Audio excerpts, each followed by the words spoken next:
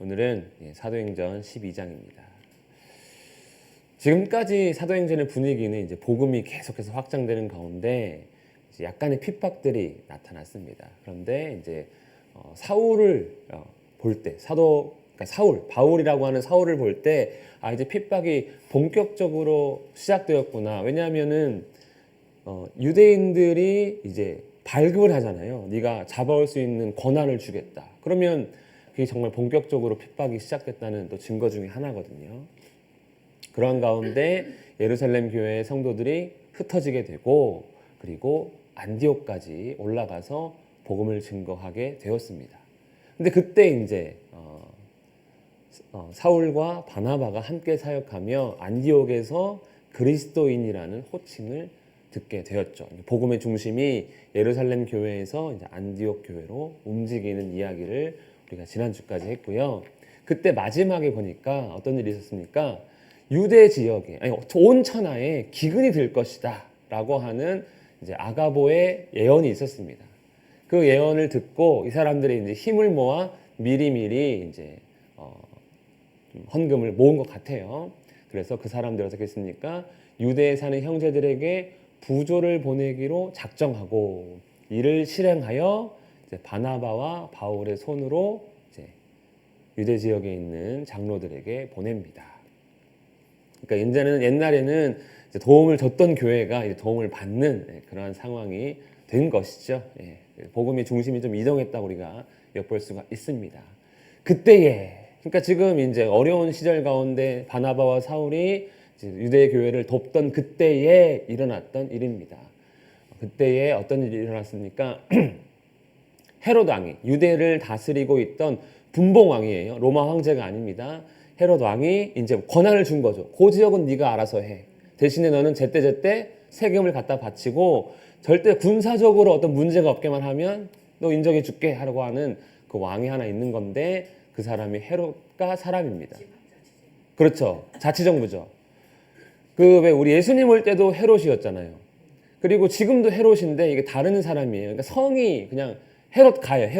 헤롯가의 왕을 다 헤롯이라고 칭합니다. 그래서 나중에 보면 뒤에 헤롯 안티파스, 헤롯 누구 이렇게 이름이 있는데 다 헤롯이에요. 그래서 헤롯 왕이 이제 어떻게 합니까? 손을 들어 교회 중에 몇 사람을 해하려 하여 누구를 죽입니까? 요한의 형제 야고보를 칼로 죽이니.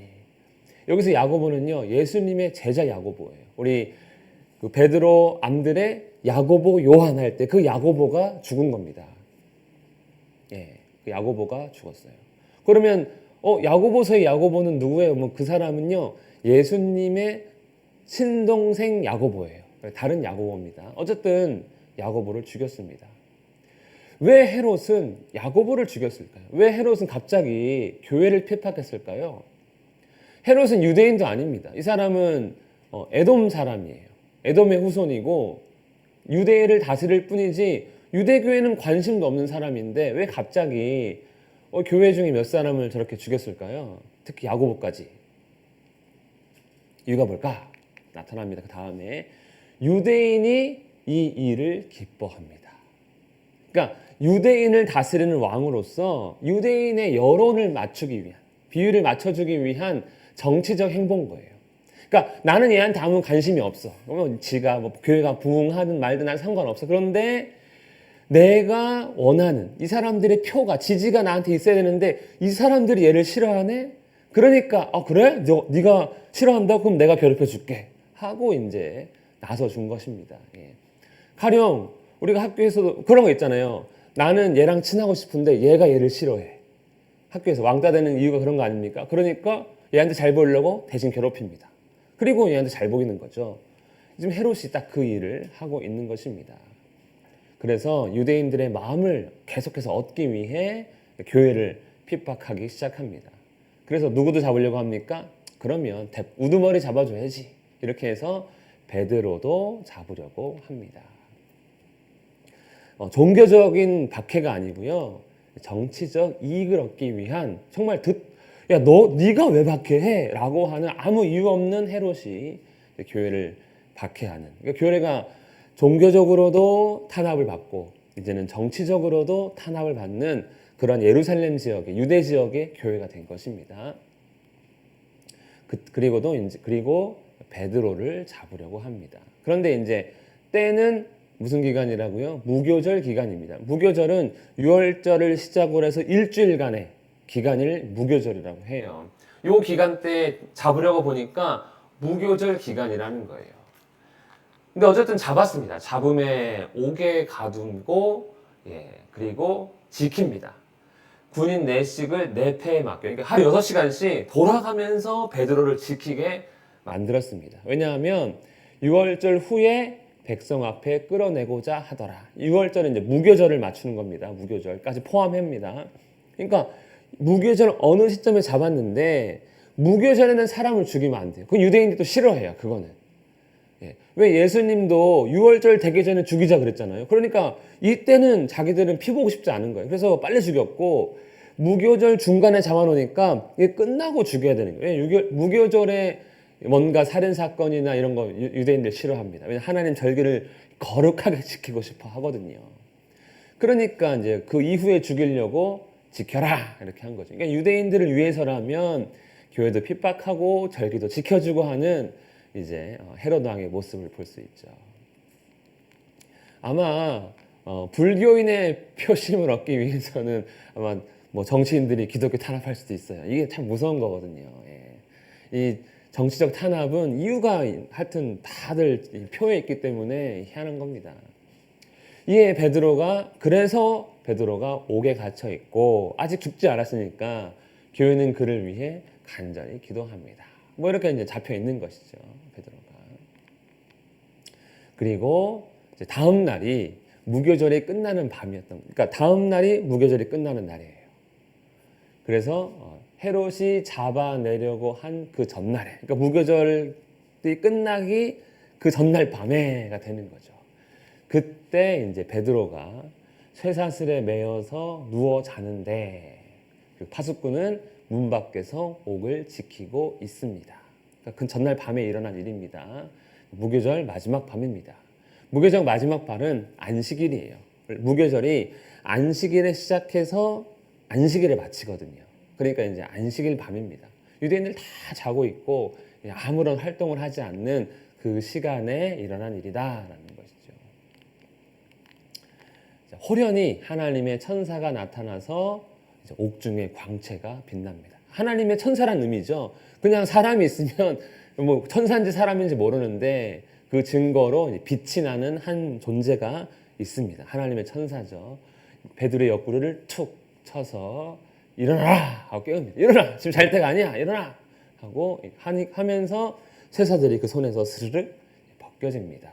그리고 옷 입고 신을 신으라. 이제 허리띠를 이제 졸라매고 신발 신으라. 무슨 의미입니까? 나가자! 나가자! 그러면서 베드로가 그 말대로 하니까 겉옷을 입고 따라오라 한대. 따라와라! 하면서 이제 베드로가 다 주섬 좀 챙겨 입었어요.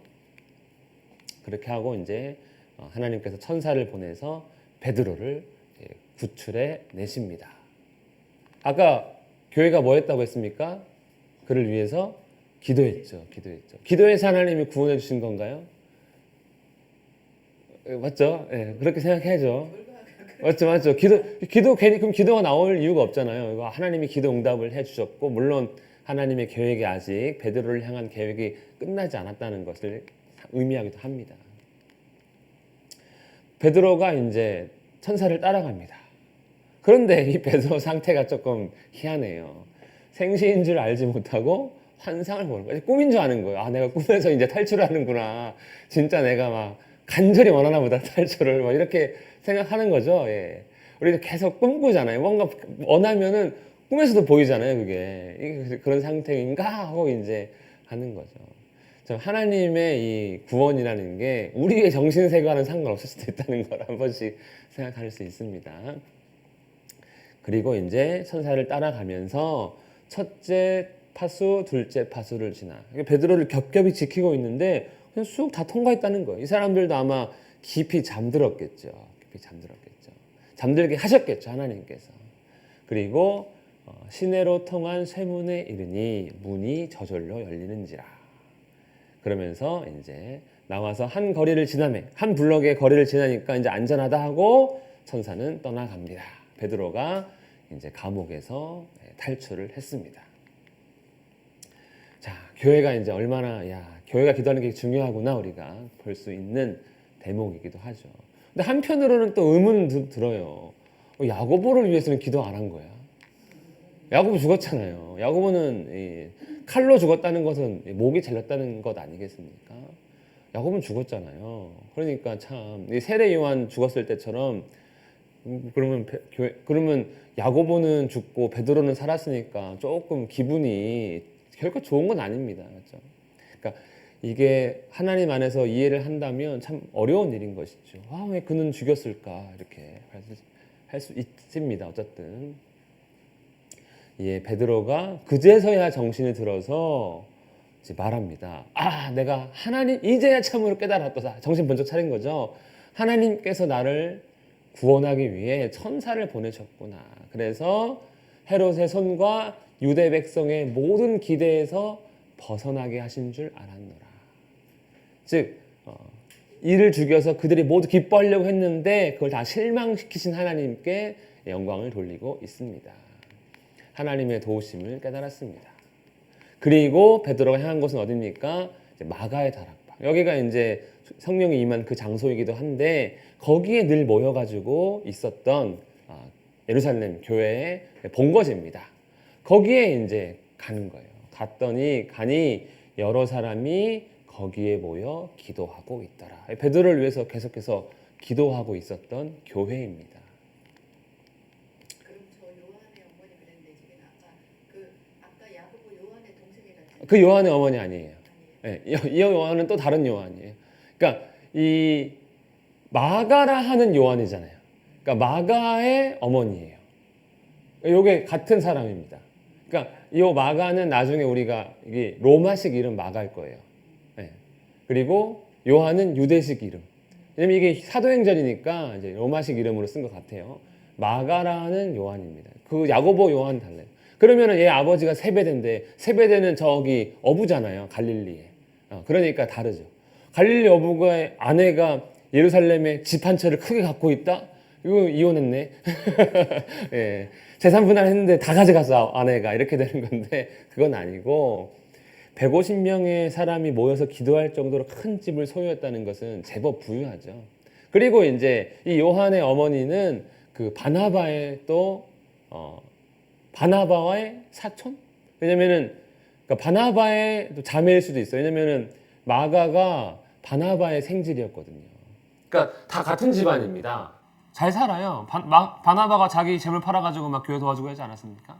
그러니까 잘 사는 집안이에요. 다른 요한이고. 좋은 질문이십니다. 거기에서 이제 기도하고 있는 교회입니다. 야고보 입장에서는 좀 서운할 수 있지만 하나님 나라 갔으니까 난 빨리 와서 좋아 이럴 수도 있죠. 자, 그런데 재밌는 일이 하나 일어납니다. 베드로가 이제 문을 두드립니다. 탁탁탁. 자기가 도망 나왔으니까 막 쾅쾅쾅 치진 않았을 거예요. 누가 들으면 안 되니까 떡떡떡 했겠죠. 그때 로데라는 여자아이가 이제 누가 두드리니까 나옵니다. 영접하러 나왔는데 누구세요? 하니까 베드로가 베드로야 라고 이제 얘기를 했겠죠. 깜짝 놀랐습니다. 왜냐하면 어디에 있는 걸로 알고 있으니까요. 감옥에 있어야지. 감옥에 있어야죠.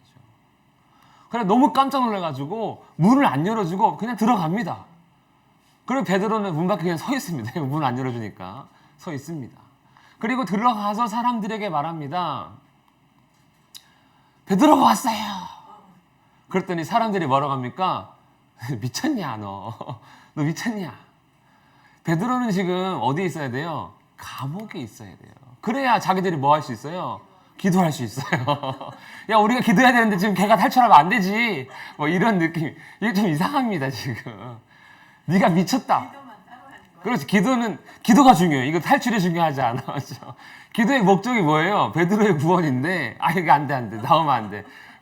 이게 대한민국 교회 비슷한 거 그런 거 아닙니까? 한국 교회가 기도를 많이 하는 걸 중요하게 생각해요. 응답은 중요하지 않아. 지금 여기서 이것 때문에 그런 것 같아요. 네가 미쳤다 그랬어요. 그랬더니 로데가 뭐랍니까? 진짜야. 그러니까 한수 더 뜹니다. 그러면 누구다? 천사야. 베드로는 절대 여기 올 수 없어. 기도한 사람이 기도를 안 믿어요. 예, 하나님이 응답할 거라 전혀 기대하지 않고 그냥 있어요. 아, 이게 참 웃기지 않습니까? 예루살렘 교회가 그래도 믿음 좋은 교회인데 실컷 같이 기도해 놓고 응답될 거라고 꿈에도 상상하지 않고 기도 방해하니까 헛소리 그만해 뭐 이런 소리를 하고 있는 것입니다. 예, 예전에 제가 한번 얘기해 드린 적 있죠. 그 상가에 교회가 3층인데 2층이 노래방이라는 거예요. 그래가지고 이제 기도할 때마다 저 노래방 좀 없애달라고 했는데 어느 날 불이 나가지고 노래방이 다 사라졌습니다. 그러니까 이 노래방 업주가 이 교회를 고소한 거예요. 이 교회가 기도해서 불났다. 기도해 불렀다. 그러니까 우리는 아니다. 우리 기도했지만 그렇게 될 줄 몰랐다. 법정에서 예, 이렇게 이런 일도 있다고 합니다. 이게 지어낸 건지 사실인지 모르지만 웃기잖아요. 교회가 이런다니까요. 기도는 기도고 응답 응답이에요. 하여튼 말도 안 되는 소리 하지 마. 베드로가 여기 있을 수가 없어. 믿지 않습니다. 예. 이게 어쩌면 복음이죠. 예. 복음이 나타났어도 하나님 나를 구원해 주세요 했어도 복음이 들려도 받지 않는 그런 모습일 수 있습니다. 아무튼 간에 그러니까 베드로가 문 안 열어주니까 이번엔 좀 세게 친 거야. 야, 나 왔어. 문 열어줘. 그제서야 베드로인 줄 보고 놀랍니다. 베드로가 상복했어요. 기분이 좋았지만 좀 찜찜하겠죠. 아, 나의 믿음이 없구나 이렇게. 예, 하여튼 재밌습니다. 이게 유쾌한 일이기도 하지만 야고보의 순교, 그다음에 교회가 이렇게 핍박을 당하고 있는 것을 우리가 보면 야, 참으로 무섭다라고 하는 거죠. 베드로가 그들에게 손짓하게 하여 너무 기분 좋으니까 와 하지만 조용해. 왜 도망 나왔잖아요. 잡히면 안 되니까. 왜냐면 잡히면 이제 바로 죽는 거거든요. 주께서 자기를 이끌어 옥에서 나오게 한 일을 말을 하고 그리고 다른 사람에게도 이 말을 전해라 그랬어요. 왜 전하라고 합니까? 하나님이 믿는 자를 보호하시니까 걱정하지 말아라. 하나님이 함께 하신다. 이렇게 이제 전하라 하고 자기는 뭐예요? 도망갑니다. 웃기지 않습니까? 보호해 주시는데 왜 도망가 또 다른 데로. 좀 특이한데 어쨌든 다른 곳으로 갑니다. 다른 성경들을 이렇게 참고해 보면 베드로가 그 안디옥에도 간 것 같아요. 왜냐하면은 그 거기서 베드로가 갈라디아 그 서에 보면은 안디옥에서 밥 먹고 있다가 이방인들 식사할 때 다른 유대인들 보고 도망갔다고 했으니까 자리를 피했다 했으니까 이제 유대 지역에서 조금 먼 지역으로 베드로도 나아가서 교회를 돌보고 복음을 증거한 것 같습니다. 아무튼 이렇게 이제 베드로는요 하나님의 일을 간증하고 이제 외부로 피신을 합니다. 날이 새매 이제 다음 날이 됐어요. 베드로를 끌고 나와서 이제 죽여서 유대인들을 기쁘게 해야 됩니다. 그런데 베드로가 사라졌습니다. 어떻게 된 건지 알아봐 했더니 이제 난리가 난 거죠. 헤롯 왕의 이 마음을 이렇게 좀 어떻게 해줘야 되니까. 근데 뭐 못 찾는 거 어떻게 합니까? 그러니까 헤롯 참 무서운 사람입니다. 파수꾼들을 신문하고 죽여라. 그래서 파수꾼들이 죽임을 당하죠. 그리고 이제 헤롯이 더 이상 유대에 머물 이유가 없어요. 왜냐면 뭐 헤롯이 유대에 있는 이유는 오로지 유대인들의 마음을 얻기 위해서인데 이제 그 우두머리인 베드로를 놓쳤으니까 그냥 가이사랴로 내려가서 자기가 가이사랴에 있는 머무는 그 궁에 있습니다. 베드로 일에서 소동하고 이제 헤롯이 가이사랴에 가서 일어난 일을 이제 말합니다. 그때 이제 헤롯이 야고보를 죽인 일로 인한 심판 같기도 하고 또 교회를 핍박한 일 같기도 한데 헤롯이 두로와 시돈 사람들을 대단히 노여워하니, 그러니까 저 위에 있는 오늘날의 이제 레바논 지역에 있는 사람들을 아주 기분 나빠했다는 거예요. 이유는 정확히 나와 있지 않습니다. 아무튼 그 사람들이 되게 기분 나빴어요. 그래서 노여했는데 어떤 일이 일어났냐면요. 그 사람들이 헤롯과 화목하기를 원한 거예요. 왜냐하면 이 두로와 시돈 사람들은 그들의 지방이 헤롯 왕국에서 나는 양식을 먹고 있는데 헤롯이 자기들을 싫어하니까 이제 밥 안 주면 어떡해, 양식을 끊으면 어떡해 해서 이제 헤롯의 친복, 그러니까 아주 헤롯의 신임받는 신하인 이 블라스도라는 사람에게 뇌물을 먹이는 것 같습니다. 당신이 왕에게 말 좀 잘해줘서 우리 좀 미워하지 못하게 해줘. 이렇게 이제 막 하는 거죠. 그러니까 헤롯의 권력이 조금 대단함을 우리가 엿볼 수가 있는 것이죠. 그러면 우리가 이제 헤롯 왕의 입장이라면 기분이 좋겠습니까? 안 좋겠습니까? 자기에게 막 아부하고 어떻게든 자기랑 잘 보이려고 하니까 그렇죠. 이게 쫙 어깨에 뽕이 들어가겠죠. 예, 이렇게 기분 좋은 그런 기분이 안 좋지만 좋은 그러한 상태가 되는 겁니다. 헤롯이 어느 날 나를 택하여서 왕복을 입고 단상에 앉아 백성에게 연설합니다. 어떤 이유에 연설인지 모르겠지만 아무튼 자신의 업적을 밝히기도 하고 내가 이렇게 하고 있고 이렇게 할 것이니까 나를 지지하고 나를 좋아해라 뭐 이런 목적의 헤롯의 연설 아니겠습니까? 이렇게 많은 사람들 앞에서 자기를 드러내기를 원하는 거죠. 이 사람의 특징은 드러내기를 좋아하는 것 같아요. 유대인들에게 잘 보이고 뭔가 더 이렇게 나타내려고 하는 그러한 모습인 것 같습니다. 근데 그렇게 연설을 하는데 이 백성들도 헤롯 왕에게 잘 보여야 좋은 거잖아요. 왕이 뭐 기분 나쁘면은 뭐 안 줄 수도 있으니까. 그러니까 헤롯의 연설을 듣고 이렇게 얘기합니다. 아, 이것은 신의 소리요 사람의 소리가 아니다. 아, 왕 대단하십니다. 마치 신이 여기 임하셔서 우리에게 말하는 것 같습니다 하면서 이제 아부를 떠는 거예요. 이게 진짜 신이 아니라 아부를 막 떱니다. 그러니까 누이 좋고 매부 좋고 다 서로서로 좋은 거 아닙니까? 헤롯은 자기를 잘 보이고 싶고 백성들도 자기를 잘 보이고 싶고 해서 막 있는 아첨 없는 아첨 다 떨어서 아, 당신은 인간 왕이 아니라 마치 하나님 같습니다 하면서 이렇게 했는데 헤롯이 그것을 아주 곧대로 듣고 이렇게 어깨에 뽕이 더 크게 들어간 것 같습니다. 그것은 이제 헤롯이 겸손하게 받아들이지 않았다는 이유로 하나님이 어떻게 합니까? 천사를 보내셔서 그를 칩니다. 그리고 벌레에게 먹혀 죽으니라. 근데 이제 뇌가 어떻게 된 것 같아요. 우리 왜 한 번씩 그 TV 보면은 이게 나쁜 세균이 뇌로 침입해가지고 뭐 염증이 걸리기도 하고 마비가 오기도 하고 죽기도 하지 않습니까? 마치 그런 일이 일어났다고 증언하고 있습니다. 그런데 이제 요세푸스인가 어디 보면 역사가의 기록에 보면 실제로 이 일이 일어났고 여기서 쓰러지고 5일 뒤에 헤롯이 죽었다는 기록이 있습니다. 그러니까 이제 헤롯이 죽었어요.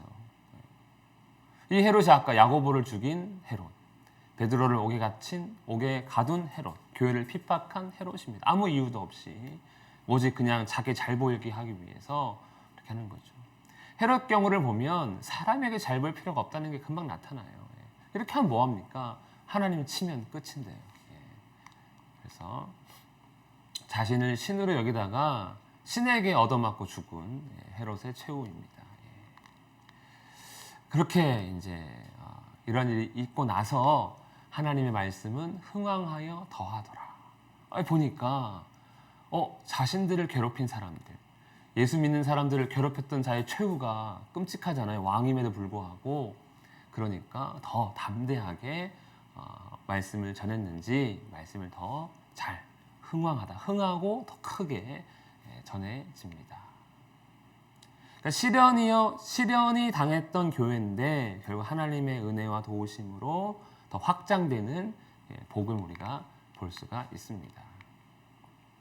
이게 이제 우리가 사실 담대하게 복음을 증거할 때 필요한 마음이죠.